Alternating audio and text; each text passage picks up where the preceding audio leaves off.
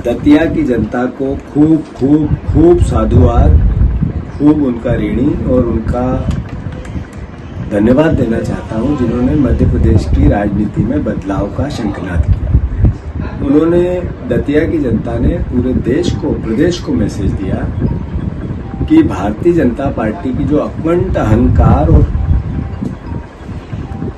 Revenge की politics है, भ्रष्टाचार की पॉलिटिक्स है, सत्ता के दुरुपयोग की पॉलिटिक्स है, उसका प्रतिकार किया। एक नई दिशा में प्रदेश को ले जाने के लिए रास्ता दिया।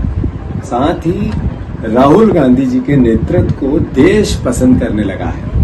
राहुल गांधी जी के उठाए मुद्दों को दतिया की जनता ने सील लगाई है। आदरणीय अखिलेश जी को भी बहुत साधुवाद और धन्यवाद देना चाहता हूं कि इस चुनाव में समाजवादी पार्टी के कार्यकर्ताओं ने और अखिलेश जी ने भी जो हमारे सहयोग किया, चूंकि झांसी से लगा हुआ हिस्सा है, और बहुत यादव परिवार के हमारे साथीगण हैं जिन्होंने इसमें अखिलेश जी के कहने पे हमारा सहयोग किया। जीत का एक तरह से उनको भी श्रेय जाता है। मैं अखिलेश जी को धन्यवाद देता किया। जैन जी का जो पूरे प्रदेश में और देश में आंदोलन हुआ, राहुल जी ने जिस तरीके से उसको नेतृत्व दिया, उसको भी दतिया की जनता ने सपोर्ट किया। जहां तक प्रश्न है श्रेय का, 100% हमारे वर्करों ने जान झोंक दी, तपस्या की, जिसको जो ड्यूटी दी पूरा महीना वहां लगा रहा।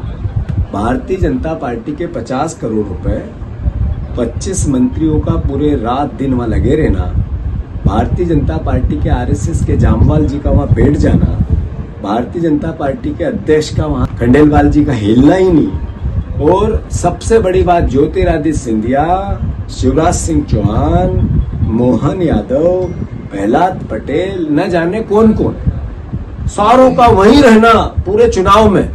उसके बाद दतिया की जनता का कांग्रेस के वर्करों के प्रयास के साथ इतना बड़ा बदलाव करना मध्य प्रदेश के इस सरकार के चेहरे को बेनकाब करता है। मैं धन्यवाद देना चाहता हूं आदरणीय दिग्विजय सिंह जी को, आदरणीय सीएलपी के हमारे नेता उमंग सिंगार जी को, आदरणीय कमलेश्वर पटेल जी को, सचिन यादव जी को, आदरणीय जयवर्धन सिंह जी को, सिद्धार्थ कुशवाहा, एक बहुत मेरे साथी ने, बहुत कार्यकर्ता लगे, मैं सबका नाम नहीं ले सकता हूं, पर जिस तरीके से जिसको जो ड्यूटी दी, नीतू सिकरवार, पंकज उपाध्याय, दिनेश गुर्जर, वैजनाथ कुशवाहा और भी परिवार के लोग, हमारे फूल सिंह बरैया जी, बहुत लोगों ने जिस तरीके से जान झोंकी, मैं उनका सबका साधुवाद करता हूं और श्रेय उन्हीं का है।